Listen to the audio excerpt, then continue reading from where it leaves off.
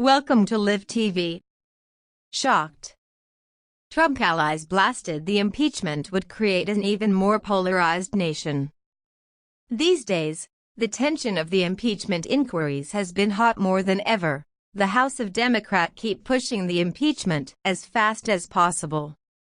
Watch the video excerpt from the Wall Street Journal.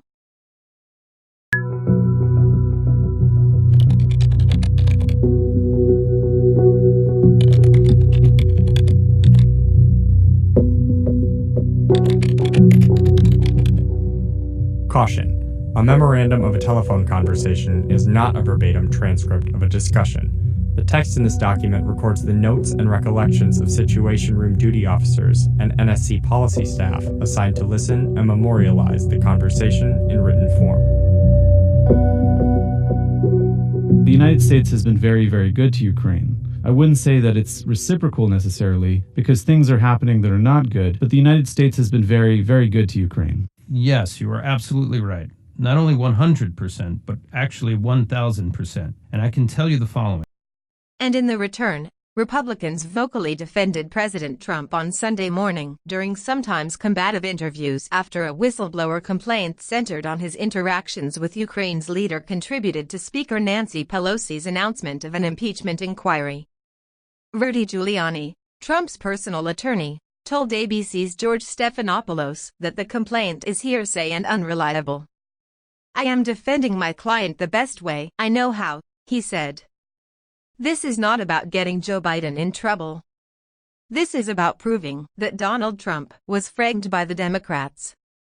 Representative Jim Jordan, one of Trump's staunchest allies in the Democratic majority House, took to CNN's State of the Union to defend the White House placing the transcript of Trump's call with Ukrainian President Volodymyr Zelensky on a secret server, calling it a necessary step against leaks.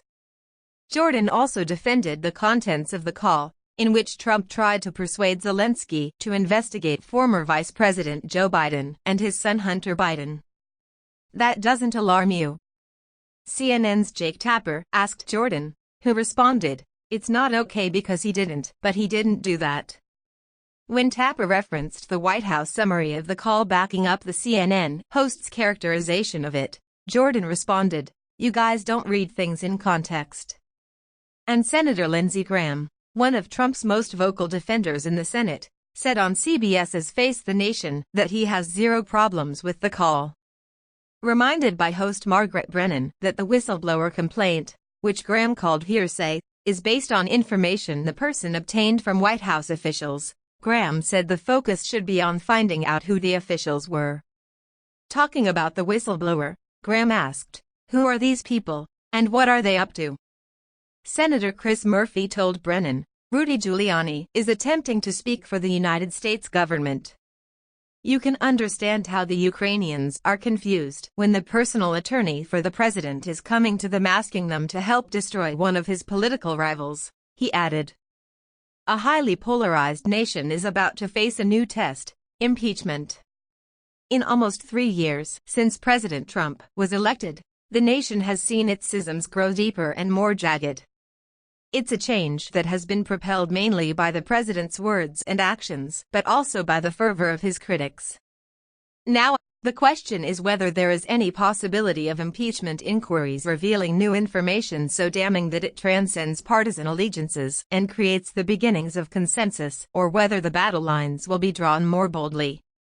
Some political insiders respond to the suggestion that impeachment could cause a worsening of polarization with a sardonic question of their own: how much worse could it get?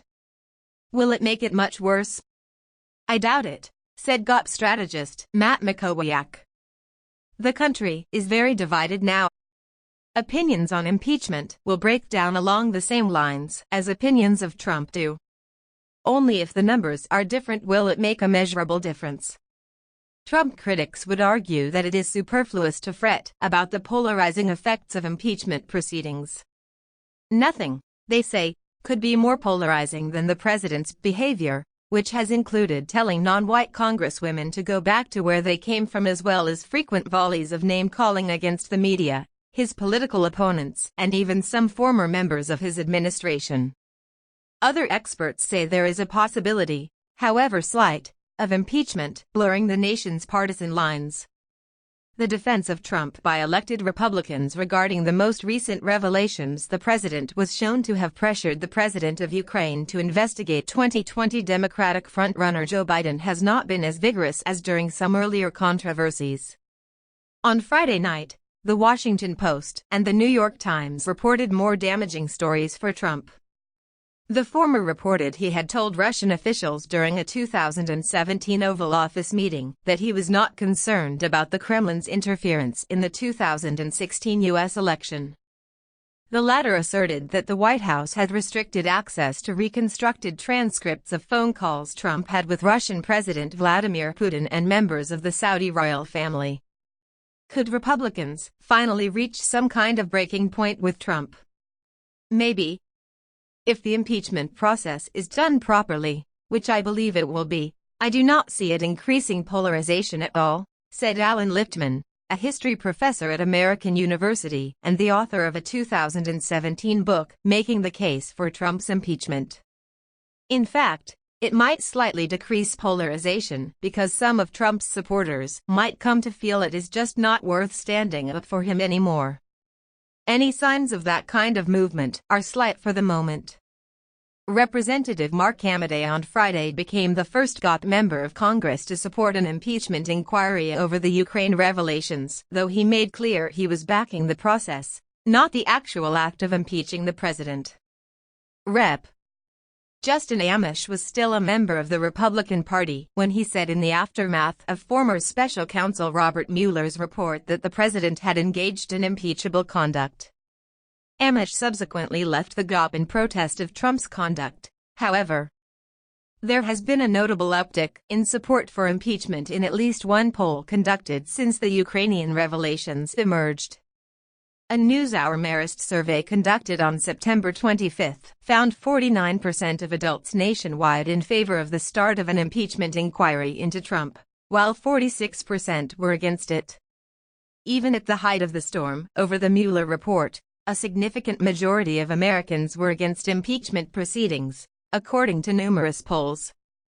The White House and elected GOP officials will be keeping a close eye on Trump's approval ratings among Republican voters. For all the controversies that have dogged him, the president has maintained rock-solid approval numbers with GOP supporters throughout his tenure. Unless that changes, he seems safe from any danger of being convicted in the Senate, where Republicans hold the majority.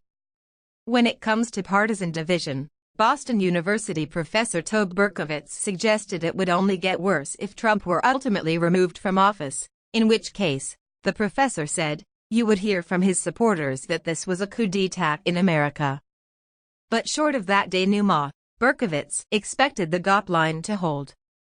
Even if it is proved conclusively that Trump did something that fit the requirements of high crimes and misdemeanors, how many Trump supporters are going to get peeled away from him? He asked. He is going to say it isn't proof and it isn't evidence. On the flip side, do Democrats risk getting blamed by voters for injecting another rancorous note into the nation's politics via impeachment? It's one possibility. But the bigger, related danger is that the drama of impeachment will take the focus away from the kitchen table issues that helped Democrats win back the House in the 2018 midterms. Speaker Nancy Pelosi had remained skeptical of impeachment even after the Mueller report's release for precisely this reason, before changing her mind in light of the Ukraine revelations. Grant Reher, a Syracuse University professor of political science, said, one of the risks for Democrats in 2020, especially at the presidential level, is that the impeachment process will suck up all the oxygen that otherwise might have been available to make the affirmative case for election. The negative case has already been made, but the Democrats have struggled at times to advance the affirmative case, and indeed one could argue that this was a problem for Hillary Clinton in 2016. Reher added, the president loves to distract, and this is the distraction to end all distractions. But for now, the partisan fever is rising, almost by the hour. On Friday, Trump described his phone call with Ukrainian President Volodymyr Zelensky as perfect. A few hours later, Representative Alexandria Ocasio-Cortez called on him to resign. The memo is a reported column by Niall Stanage and edited by Fidelia McCain, primarily focused on Donald Trump's presidency. Thanks for watching. Don't forget like and subscribe. Leave your comment for video. Thanks.